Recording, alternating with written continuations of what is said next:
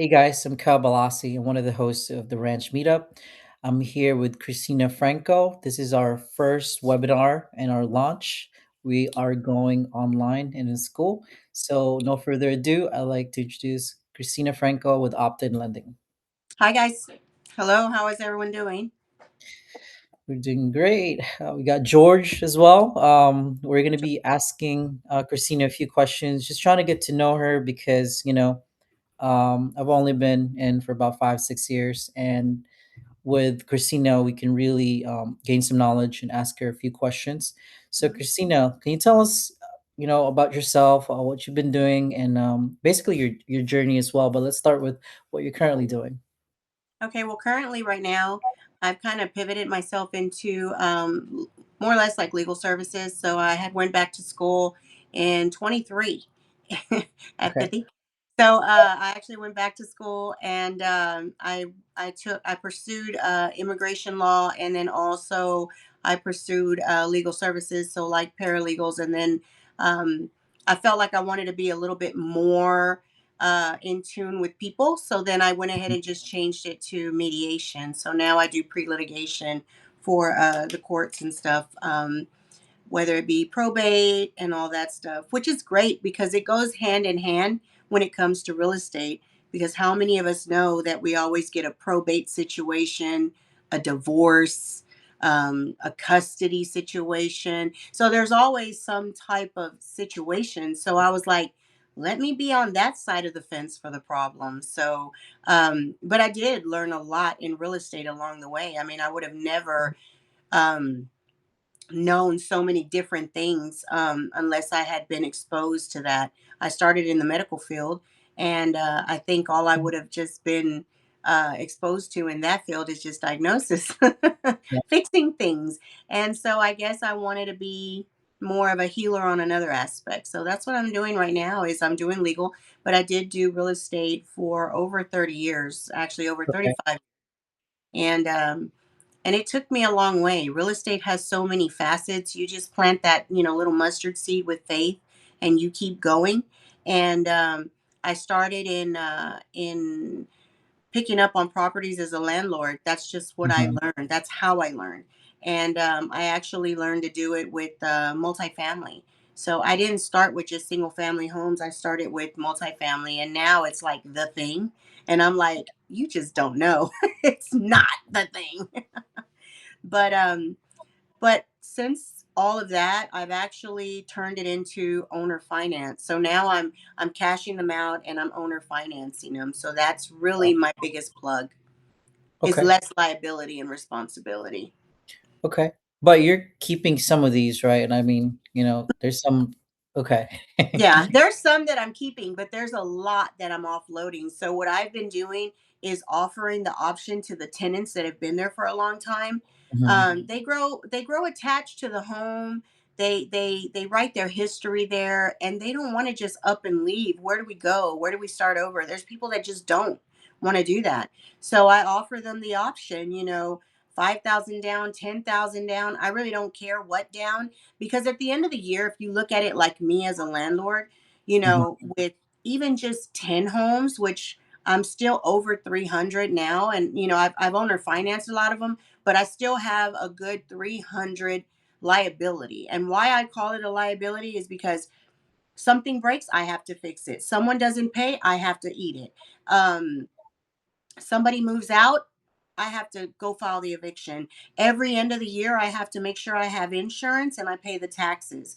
So, just as a landlord thinking out the box, let's say right now, taxes, there's really none of them that are less than 5,400. But let's say if it was $5,000, right? $5,000 times 10 properties is $50,000. I Yeah. alleviate myself from that. Like, just give me 5,000 up front, that's 50,000, and then 50,000 I save a year, that's $100,000 plus Yeah. insurance, plus repairs, plus this, plus that. Man, I took on a whirlwind like that, and so I'm just implementing that as we speak. I've owner financed, as of yesterday. I owner financed a commercial property to a guy. I mean, I had hardware stores. I closed it down, and he has a car lot. Go Hmm. for it. Go for it. Guess what? I saved myself 14,000 in taxes, maybe like 8, 9,000 in insurance. You know, I mean, I add my interest on top of that, so I make 2% on top of that, and you get $500,000, down, and you're just like, it's so much better. So I hope I didn't go like way too far. No, no, you're great. You're But I'm great. at the end, guys. I'm at the end. Those that are starting, I'm already towards the end. But if you could probably learn to start where I'm leaving off, Hmm. I'm telling you, it is a greater experience because I'm not stressed about it. I mean, if it catches on fire right now, you're worried about people, um properties catching on fire. You're scared of hoarders if you have a vacant one. You Not hoarders, I'm sorry, what do you call them, squatters. If you have a Hmm. vacant one, I'm not worried about that because they're covered. They're covered, and it's no longer my responsibility, because if they catch it on fire, I'm on the insurance policy. You're going to pay me and we're done. Awesome. Yeah. So that I guess it's a different perspective who's been in the industry for a few decades. Mhm. Where my perspective is like I'm starting. I'm just a bud, a new bud. Where we're starting, we're building Uh-huh. our portfolios and businesses as well. So Right. for me, I can still manage that pain, the pain of being a real estate investor, Right. and dealing with all the tenants, dealing with messed up, flips and stuff like that at capital.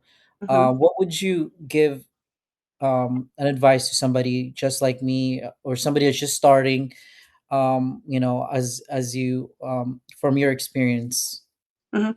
What I've learned is, real estate is a monopoly game. You know, where you stay, you're going to pay, and where you go, there's always rules to follow. So before you want to make sure when you buy right. I do not mess with HOA property, and I do not mess with mud districts, because what people don't understand, it's great to buy in a suburban area. You'd love that clientele, right? Mhm, But at the same time, you have so many issues. Oh, they left the trash can outside on a Thursday. Poor guy gets home Thursday at 11 o'clock at night. Of course, it was out. The guy never makes it home. But guess what? Those letters are $15 to $20, and they accumulate on you. You mhm, know, I mean, and it will accumulate. So you can make the tenant pay for it, but then the tenant's going to be like, man, I'm always taking up this extra cost. And then that starts to bring up some discomfort in the tenant and then yourself. And then when we get to the mud tax, you get to that point to where you're actually paying if property tax is an issue, mhm, mud tax is a match, you know and then that's totally unexpected. So we do things now, like if you ever wanted to pull your cash out of that property, it's almost impossible, because that will affect your debt to income ratio.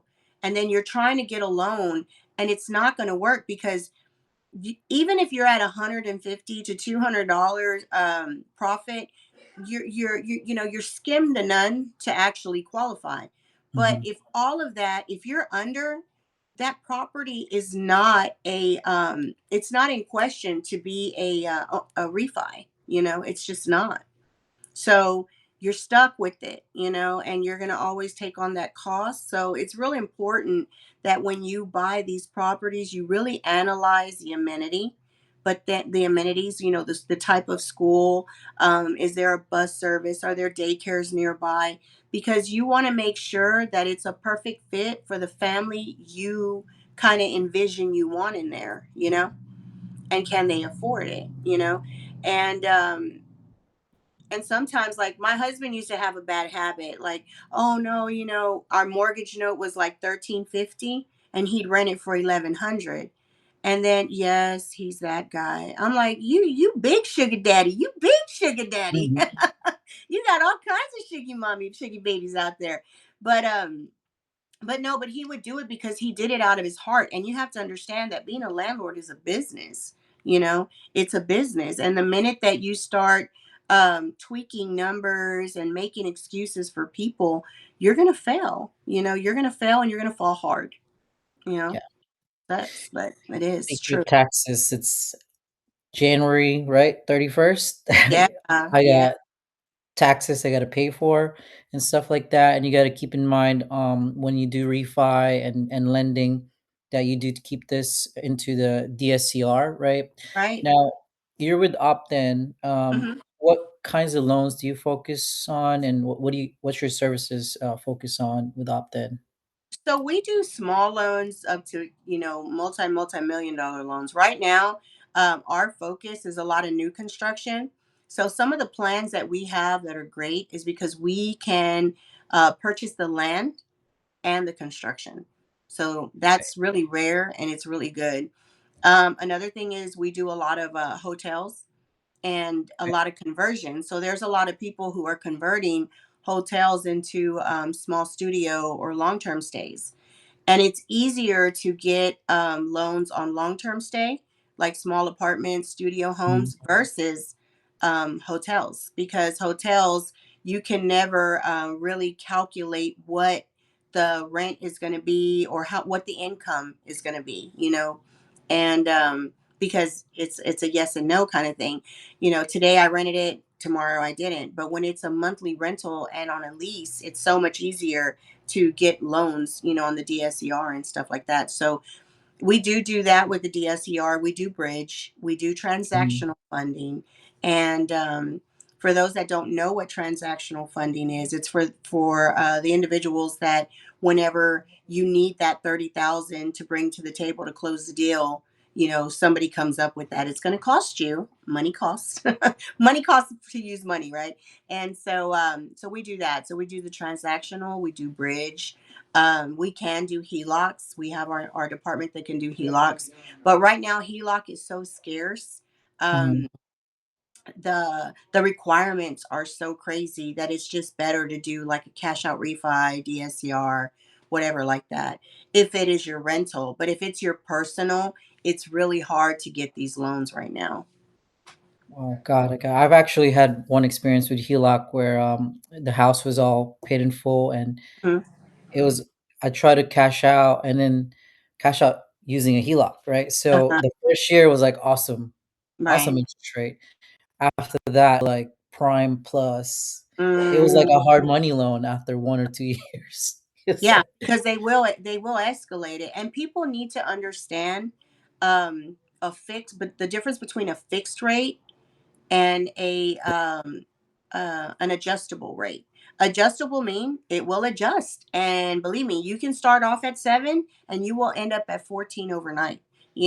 Because it is an adjustable. So if you don't lock in your rate, it that to me, that's a suicide mentality, because you don't know when they're going to sell that note to somebody else, because when it's adjustable they can really sell those notes to other companies that are much higher, because you agree Mhm. to the term of that loan. That I agree that today I'm 7, and 6 months to a year from now I'm going to go to 12, or I'm going to go to 18. you know True story is I have a loan that I've been paying 12.5% since 2002. So in Wow. 2002, what the interest rate at 12% would have been back then to what it is now, I think if you calculate the numbers, the difference, I was really probably paying like about a 16%. Why I kept it? It was for a family member, and they just wanted to keep it like that. Just leave it. Don't mess with it. Like, okay, And but when you calculate and you learn how to calculate these numbers, you're buying a house for 150, and 30 years from now you pay like 500,000-600,000 for that house, Yeah. it- especially if it's adjustable, Mhm. and I think if anybody really wants to get into real estate, they need to learn their numbers first. I think numbers is where it's at, because a lot of people in fix and flips, they completely forget the cost of holding, the holding cost, Mhm. you know And even going in and out, and I go real deep, and a lot of people can't stand me when I talk about it. But if you're paying 3 to 5 points, you're giving 3 to 5%. So if you're like, yeah, I'm gonna make 20, I got the loan, they gave it to me for 75%, but that leaves me to make 25%. Okay. Realtor cost, holding cost, you know, what is it? Because I mean, just everything. Closing is everything. Closing is, um, the points and everything going in and out, whatever it is. I mean, even if you're going to DSCR, you're going to pay more points because right now there's a lot of people that cannot sell their property, so they're trying to DSCR. And Yeah. guess what? If you're paying 5 points to DSCR, you're already losing because Yeah. that 25 went to 15 and the closing costs already went to 10, 12. So guess what? It's not going to make sense for you, but it's going to make sense to the lender or the shark that does it to you. That's how I feel. So I always say calculate your points, calculate your fees, what your preparation fees are, your origination fees, because you got points and you got origination. So Hmm. you have to make sure that you know how to read what these people are doing to you. You have to read what they're doing to you. And I was very naive at one point. I mean, people were just taking me through a ringer. And when I really learned what all this added up to, I was like, man, Hmm. I'm paying $20,000, Yep. okay, just to save an issue. No, no, it doesn't make sense. It doesn't make sense. Got it. So we try to, work with the other individuals and be realistic. Sometimes when we're doing loans, we have to come down on our points, or our costs or fees, and we try to work with different companies. Whether it's appraisals, we have AMC certified appraisers. Um, we ask for desktops, we do different things to save the client money, because it's not just about getting the deal done, it's about being ethical about it. You Right. want repeat business, you want a friendship out of this. I mean, we all say that we're here to help. Are you here to help or help yourself? You have to see what the difference is. They're like, it always says, and I follow this even in church, there's people who pray and there's people who pray over you. They Yeah. pray over you or pray on you. So you have to be careful. Okay. So I see that you're doing both legal and lending. Like, Mhm, how does that? I guess for somebody as an investor, like typically I'll just go to an attorney, right? Like, and, mhm, and whenever I go to lending, I'll go to a lender, right? mhm. So where do you come in where that you could really help them? So a lot of people, they hire attorneys, right? Love all Hmm. my attorneys; they're great and everything. But some of them are like $5,000, $10,000 retainers. 500, $600 an hour. Different things. But they want the retainer before they do the hour.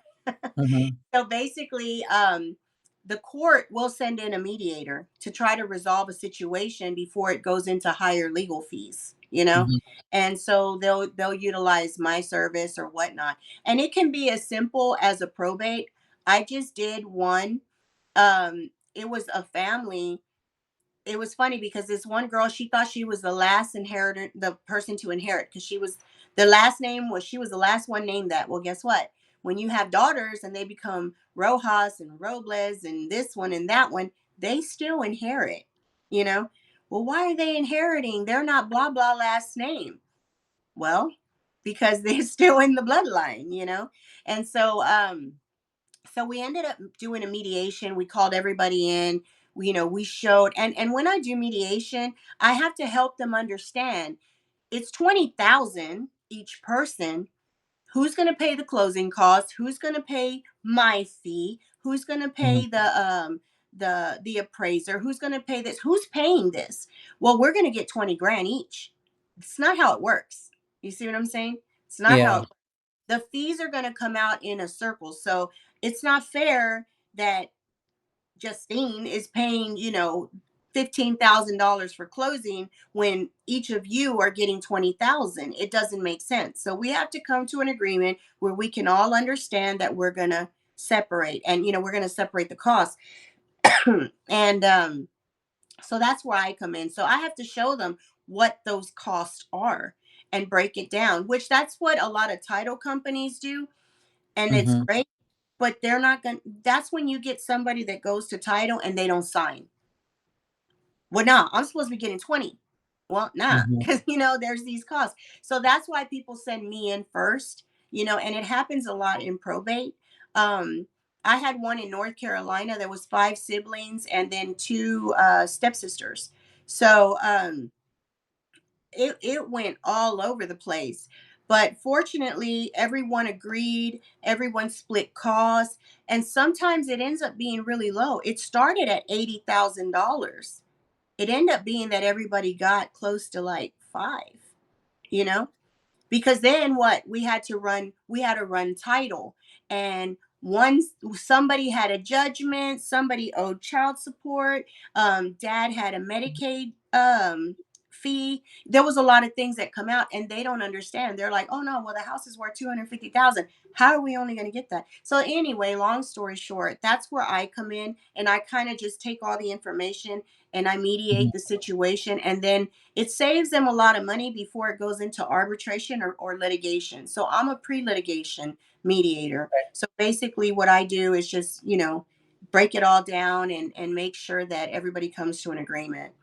Awesome, awesome. So, aside from that, what are your plans for the year with especially with the ranch, and what are you gonna plan on doing with the online ranch meetups? How Mhm. can we make this better for this year? I think the greatest word for it is it's just being more informative, just passing around true information, not the same, you know. Lost her there real quick. All Sorry, right. I thought I No put worries. it on. You're I'm back. not. It's still Okay. recording. So one of the main things is I think giving out a little bit more extended information of what people can and cannot do. A lot of people are just kind of robots on this. They're just, get the Mhm. contract, sign the contract, take it to title, do this. But there's a lot more to it. There's a lot more to it. There's a lot more avenues for purchasing. There's a lot more avenues for selling. Um, I've been very blessed in buying and selling businesses. I've been very blessed in, creating different streams of income, and understand that real estate is not quit your job and Mhm. depend on that, because you will starve. You will starve, you will get divorced, you will be very uncomfortable, very uncomfortable. So, and it's not a place where you want to carry your family through this situation. So you have to have something stable coming in. And Yep. all of us, all, and I think that's what I wanted for the ranch, is to everybody, for everyone to be proud of what your God-given talent is. If you're an IT person, if you're a plumber, if you're an electrician, an HVAC Mhm. person, whatever your skill is, if you're a beautician, I mean, I need it, different things like that, share your skill, because a lot of people, the people that were teaching people, you don't need the 9 to 5, are trying to tell you how, or trying to show you how to keep your 9 to 5 or your business. I'm like, oh, I just look at them and they're entertaining to me, but I have never told anybody quit your job. I have not. Now, if you are already on a scale of you're doing great, fine. But you never know when someone's going to pay rent and you're going to have to cover that cost. And it takes you 2, 3 months to cover that, get them out, fix it. You're looking at 15 to 20,000 to $30,000 sometimes in a loss. For those that make 45,000 or $50,000, that's a quarter of your salary. You see what I'm saying? So you have to stay very idle on this and keep your mindset that this is an investment. I usually tell people, if a business person, right? Like I have a couple people that come to me with car lots, even doctors and chiropractors, especially. They're like, Christina, I've been wanting to invest in real estate. My first question is why? Why? And they're like, well, because I see that, I want to retire. And I'm honest. I'm like, you're not going to retire on real estate. I will tell you that right now. I told them, how much do you make a month? They're like, I pretty much I keep 15 to 20,000. Okay. You keep 15 to 20,000. You're going to turn that in for a $500 revolving little cash flow. Where's your math? And I tell them, Yeah. stop watching social media and YouTube. I mean, they get paid for you to like it. They get paid for you to watch it. So they're Mhm. gonna talk all kinds of yoo-hoo, right? But will they educate you appropriately? A lot of people who tell you to buy houses don't have houses. A lot of people who are just, I call them little parrots. They're just repeating things. They're not Mhm. actually doing it. They're just repeating and following a trend. um I'm one of many that do what they say. I've taken hard kicks in my butt from mistakes that I didn't educate myself. I just saw somebody doing it and I followed that shiny object syndrome, and guess what? It cost me. So now I stay in my niche and I stay very well versed. Now, a lot of people are like, "Oh, now you're doing legal." I went to law school when I was younger. I didn't get to finish, but guess what? I'm older, kids are gone. I was able to pursue, and not an attorney, but I don't have to be. You know what I'm saying? But I was Yes. able to pursue things. But one of the main thing is, be proud of what you do. Every one of us have a God-given talent, and we need to share that. And not just how many houses and flex how many houses you got, because when people tell me they have a $9 million portfolio, I look at them like, I know that stress. It doesn't impress me. I'm like, I know that stress. It's not impress, it's stress. Because Mhm. if one person flinches on you, that can throw off your whole budget completely. And I don't want to live on that financial suicide anymore, because that's what it was. For me, coming up, it was a financial suicide. Mhm. I bought too many. I bought too many. I just went I just went buying with my lasso, just right, roping those things up, and I just kept them and kept them and kept them, and I didn't want to lose. But now that my husband knows, and we both have agreed on the owner finance option. So now I get them, I create a note, and then I sell them off to someone. You know, From that's what I do. Yes. From what I'm hearing from you is cash flow is very important. Cash flow first, not you can't eat on equity. Can't eat on. This Ooh, I like that. No, you can't. You can't. At one point in my life, and I talk about this real openly, a lot of people buy properties and they don't even know about their taxes. I went from a regular, like W-2 from my store, to just incoming so much money that one day the IRS just knocked on my door and said, "You owe $19 million." I'm like, when in the hell did I make it? When did I make it? I don't see it. I even had a hole in my shoe. I like, Mhm. did you see that? But the funny thing is, we were able to negotiate that, and then we were able to pay it off.